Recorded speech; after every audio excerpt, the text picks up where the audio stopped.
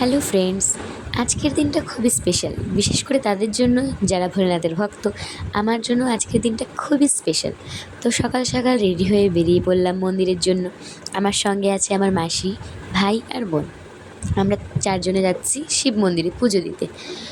তো এখানে এসে দেখি এতটাই ভিড় যে কি বলবো, এই রোদে আর গরমের মধ্যে এতক্ষণ লাইনে কি করে দাঁড়িয়ে থাকবো, এত লাইন। উফ, ফাইনালি 4 ঘন্টা লাইন দেওয়ার পর মন্দিরের ভিতরে গেলাম। কিন্তু ভিতরেও এতটাই ভিড় যে শান্তিমতো পুজো তো দিতে পারলামই না, একটা ভিডিও করতে পারলাম না আমি তোমাদের দেখানোর জন্য।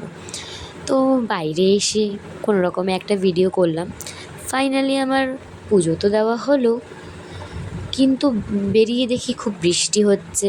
এত গরমে এতক্ষণ দাঁড়িয়ে সত্যি খুবই কষ্ট হয়ে গেছে। বাড়ি যাব কিন্তু বৃষ্টির জন্য যেতে পারছি না, কিন্তু বৃষ্টি শেষ হয়ে গেল।